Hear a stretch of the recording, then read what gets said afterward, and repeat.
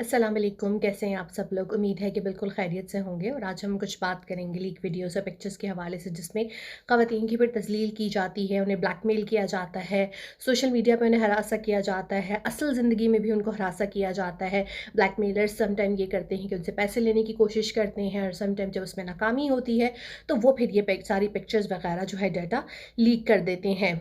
कुछ केसेस में ये होता है कि ख़वातीन अपनी मर्ज़ी से ये सब रिकॉर्ड करती हैं, और इसमें प्रेशर किसका होता है, उनके होने वाले शौहर का, उनके मंगेतर का, उनके बॉयफ्रेंड का, या जिसको वो पसंद करती हैं वो लोग इस तरह की तस्वीरें उनसे मंगवाते हैं, और ख़वातीन मजबूरी के तौर पर ऐसी तस्वीरें और वीडियोज़ रिकॉर्ड करके उन्हें भेज देती हैं, जो कि मुनासिब चीज़ नहीं है। ख़वातीन को इस चीज़ से इनकार करना चाहिए, क्योंकि कोई शख्स अगर औरत की रिस्पेक्ट नहीं कर रहा, इसका मतलब है कि दाल में कुछ काला है, और वो आगे चल के भी ना इस रिश्ते को निभाएगा और ना उसकी इज़्ज़त करेगा। क्योंकि इज़्ज़तदार लोग अपनी मनकूहा से या होने वाली बीवी से, मंगेतर से, जिससे वो शादी के ख्वाहिशमंद होते हैं या प्यार करते होते हैं, उनसे ऐसी गंदी डिमांड्स नहीं करते जिसमें उनको किसी भी चीज़ का फिर बाद में उनको खतरा फेस करना पड़ जाए। क्योंकि ये तस्वीरें बहुत ईजीली फिर लीक हो जाती हैं, और जो लोग ये कहते हैं कि देख कर डिलीट कर दूंगा, और वो कभी भी इसे डिलीट नहीं करते।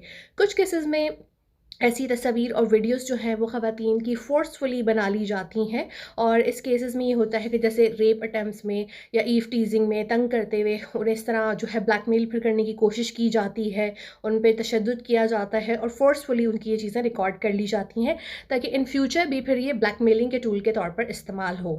कुछ केसेस में ख़वातीन इस बात के उनको इल्म ही नहीं होता कि उनके साथ ये हो रहा है। समटाइम ट्रायल रूम्स में इस तरह हो जाता है, समटाइम उनकी छुप के इस तरह वीडियोज़ जो है वो टेलरिंग शॉप्स में या कपड़ों की शॉप्स में बना ली जाती हैं। और कुछ केसेस में ये होता है कि वो जाती तो अपने बॉयफ्रेंड या अपने जिससे वो प्यार करती हैं या होने वाला शौहर वटेवर, और उनको ये नहीं पता होता कि वो शख्स छुप के ये सब रिकॉर्ड कर रहा है।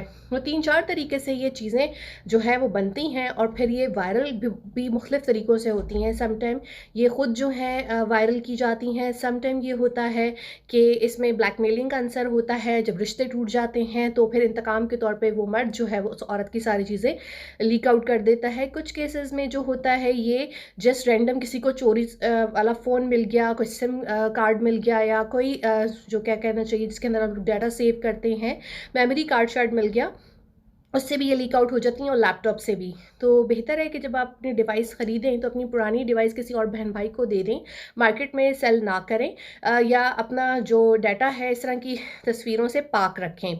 और इसके साथ साथ ये प्रैक्टिस करें कि अपना फ़ोन जो है वो किसी स्ट्रेंजर को ना दें, अपना गैजेट किसी स्ट्रेंजर, अगर एक चीज़ ख़राब हो गई है वो बस उस पर कलमा पढ़ लें, उसको फिर आगे ठीक करवाने की मार्केट में भेजने की ज़रूरत नहीं, क्योंकि अक्सर जो मतलब जराइम है वो यहीं से शुरू होते हैं। फिर ख़वातीन की तज़लील करने के लिए इनको बहुत मुनज़्ज़म तरीके से सोशल मीडिया पर फैलाया जाता है, व्हाट्सएप ग्रुप्स के ज़रिए से, फ़ेसबुक के ज़रिए से, ट्विटर के ज़रिए से, नकली अकाउंट्स के ज़रिए से ये चीज़ें फैलती हैं, और वही जो ख़बीस लोग होते हैं वो अपने असल अकाउंट से आकर उसकी मज़म्मत कर रहे होते हैं, और अपने फ़ेक अकाउंट से उसको शेयर कर रहे होते हैं। तो यहाँ पर मैं ये कहूँगी, दुनिया फ़ानी है, हर किसी ने यहाँ से जाना है।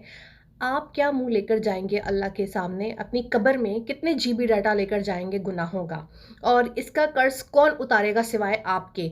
ये तो इंटरनेट पे आ गई हैं, ये तो सदाबहार चलती रहेंगी, कहाँ-कहाँ से डिलीट होंगी। आप जब आप कब्र में होंगे तो आप इमेजिन करें कि आप इसका हिसाब किस तरीके से देंगे। जिसने बनाई, रिकॉर्ड की, उसका एक अलग हिसाब है, वो अल्लाह के ज़िम्मे है, लेकिन जिसने इसे फैलाया, जिसने एक पूरी दुनिया को एक वो चीज़ दिखाई जो कि बंद कमरे में हुई, किसी को पता नहीं थी, लेकिन जो इसको व्हाट्सएप पे, सोशल मीडिया पे, ट्विटर पे, फ़ेसबुक पे फैलाते हैं, उनका हिसाब किस तरीके से होगा, और वो अल्लाह का सामना रोज़े महशर में किस तरह से करेंगे। और फिर उनके ये इतने ज़्यादा गुनाहों का जो जीबीज़ में डाटा होगा, ये उनको दोज़ख में डेफ़िनेटली ले जाएगा, क्योंकि उनकी वजह से ये सब जो है वो लोग देख रहे हैं। ये उनकी वजह से नहीं देखा गया जिसने ये रिकॉर्ड की थी, क्योंकि शायद उसने अपने लिए की, छुप के की, बाद में डिलीट कर दी, किसी ने रिट्रीव कर ली, या जिसके लिए बनाई सिर्फ़ उसने देखनी थी और आपने उसे उठा के पब्लिक कर दिया। तो मेरे ख़्याल में उनसे ज़्यादा गुनहगार आप लोग हैं जो कि इसको देखते हैं और फैलाते हैं।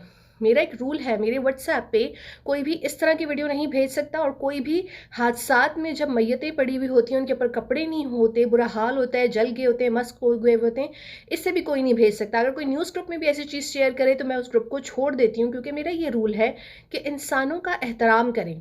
अगर आप किसी का एहतराम करेंगे आपको भी इज़्ज़त मिलेगी, आपको भी एहतराम मिलेगा। लेकिन अगर आप किसी के खिलाफ साज़िश करेंगे, तो फिर मकाफ़ाती अमल दुनिया में ही होता है, फिर आप भी उसी से कभी ना कभी गुज़रेंगे। इसलिए ख़वातीन का एहतराम करें, उनसे ऐसी वीडियोज़ का तकाज़ा मत करें, उनको हरासा मत करें, उन्हें ब्लैकमेल मत करें।